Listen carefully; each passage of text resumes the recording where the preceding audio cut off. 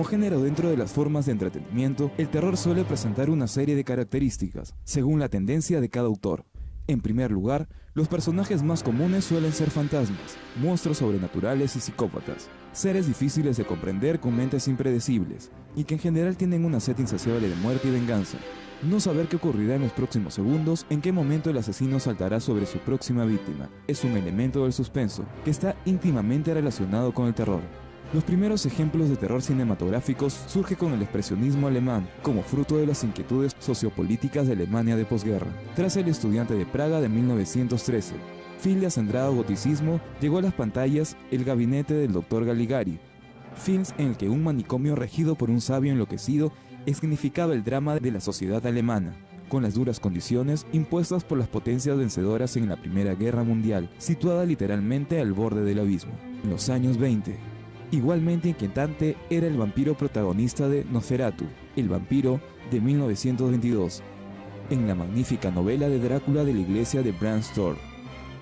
Este film mostraba entre claroscuros el drama de un alma en pena condenada a vivir con la sangre de los que fueron sus semejantes. Por su parte, también el cine de terror estadounidense se dejó guiar por la inspiración literaria, pero con una mayor inclinación al melodrama.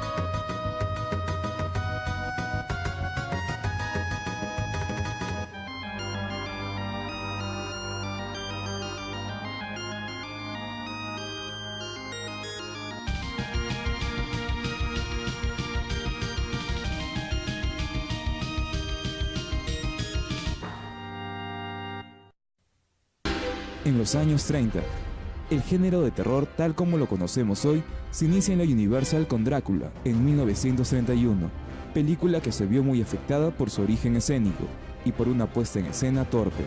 Sin embargo, en 1939 la Universal resucita a Frankenstein en La sombra de Frankenstein. En los años 60, en la década de los 60, el protagonista de Psicosis, de 1961, incorporó el sadismo de los psicópatas al repertorio del cine de terror, posiblemente una de las mejores películas de la historia y no tiene Oscar, aunque estuvo nominada a Mejor Fotografía en Blanco y Negro, Mejor Dirección Artística en Blanco y Negro y Mejor Actriz de Reparto. El público de los 70, menos cauteloso al respecto, solicitaba una mayor dosis de violencia en la pantalla. Fue así que aparecieron las siguientes películas. En los años 70 y 80, el estilo documental reaparecería en La matanza de Texas, en 1974, título en que los psicópatas eran una familia de carniceros del Medio Oeste liderados por Benjamin, un gigante deforme que cubría su rostro con una piel humana, el cual se hizo popular entre los aficionados, siendo el primer criminal de este tipo que despertaba las simpatías del público. La primera se estrenó en 1974 e impactó al mundo con su violencia. Es una de las clásicas indiscutibles del género.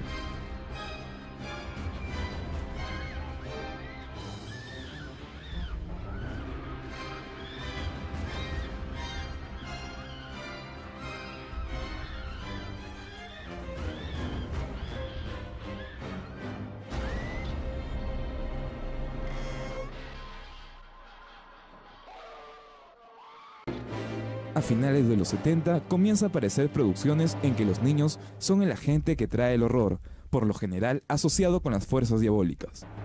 Tres títulos que ejemplifican este contenido son La semilla del diablo en 1968, El exorcista en 1973 y La profecía en 1976, cada vez más proclives a simpatizar con el villano en lugar de que con el héroe, como La noche de Halloween en 1978. Luego las pantallas tienen a un nuevo asesino, Viernes 13, en 1981. Contaban con personajes centrales de conciencia alterada, sádicos y por lo general, guiados por forma exclusiva por el único afán de asesinar al mayor número de personajes que les permitirían sus fuerzas. Aunque se suponía que la cuarta parte sería la última y después todo se acabaría en la novena, lo cierto es que la saga cuenta con 10 entregas desde su estreno en 1980. Luego vendría Freddy, el asesino del guante lleno de cuchillas de Pesadilla en Elm Street, en 1984. Freddy Krueger marcó a toda una generación. Su primera entrega evitó la desaparición de su productora, New Line Cinema, en 1984, y además se convirtió en un clásico instantáneo. Sus secuelas le hicieron vivir una época dorada en los 80, convirtiendo a su director en una auténtica estrella y a Freddy Krueger el psicópata más famoso del séptimo arte. En los años 90, llegan películas como El silencio de los corderos, en 1991. Fue su año y es la única película de terror que realmente ha arrasado en el Oscar.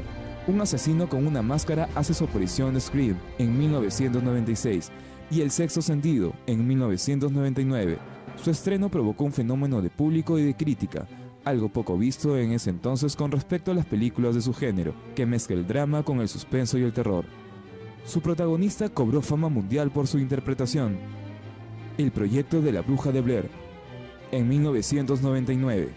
No es la primera película que se rueda en cámara en mano, ni la primera del género de metraje encontrado, ni la primera que pretende acceder a un nivel superior de terror por medio del realismo, pero sí es la primera que consigue cuajar en el mismo recipiente todos esos ingredientes y acceder al público masivo con ellos. El proyecto de la bruja es el repulsivo cine de terror de la década de los 90. Años 2000. En los años 2000 vendrían películas como El juego del miedo en el 2003, Shudder en 2004, El exorcismo de Emily Rose el 2005, El orfanato el 2007. REC 2007. Es moderna, aterradora y catiza en el buen sentido de la palabra, pero lo mejor que se puede decir de ella es que podría estar perfectamente en el número 1 de la lista. Esta película se merece su más que habitual presencia en los puestos más altos de la lista de las mejores películas de terror de los últimos años. Luego vendrían La huérfana y Actividad paranormal en el 2009. La historia se centra en una joven pareja que es atormentada por un ente paranormal en su propia casa. La cinta es presentada como un documental usando el material registrado por la cámara que los protagonistas instalaron, aunque esta vez, en vez de estar orientada a crear terror, se centra más en el suspenso. En el 2014 y 2015, una de las películas más esperadas fue la diabólica muñeca Annabelle. Siguiendo el hilo argumental del anterior film, una pareja comienza a sufrir experiencias terroríficamente supernaturales debido a una muñeca vintage. A raíz de estos extraños sucesos, el hogar se ve invadido de elementos satánicos para controlar a la muñeca poseída por un diablo.